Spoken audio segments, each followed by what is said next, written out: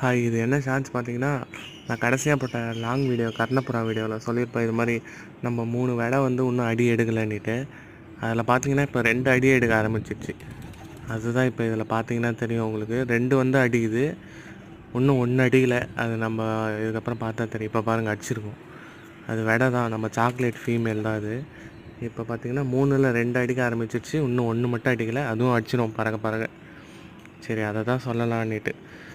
புரியாதவங்க கீழே long video கொடுக்குறேன், அதில் பார்த்துக்கோங்க.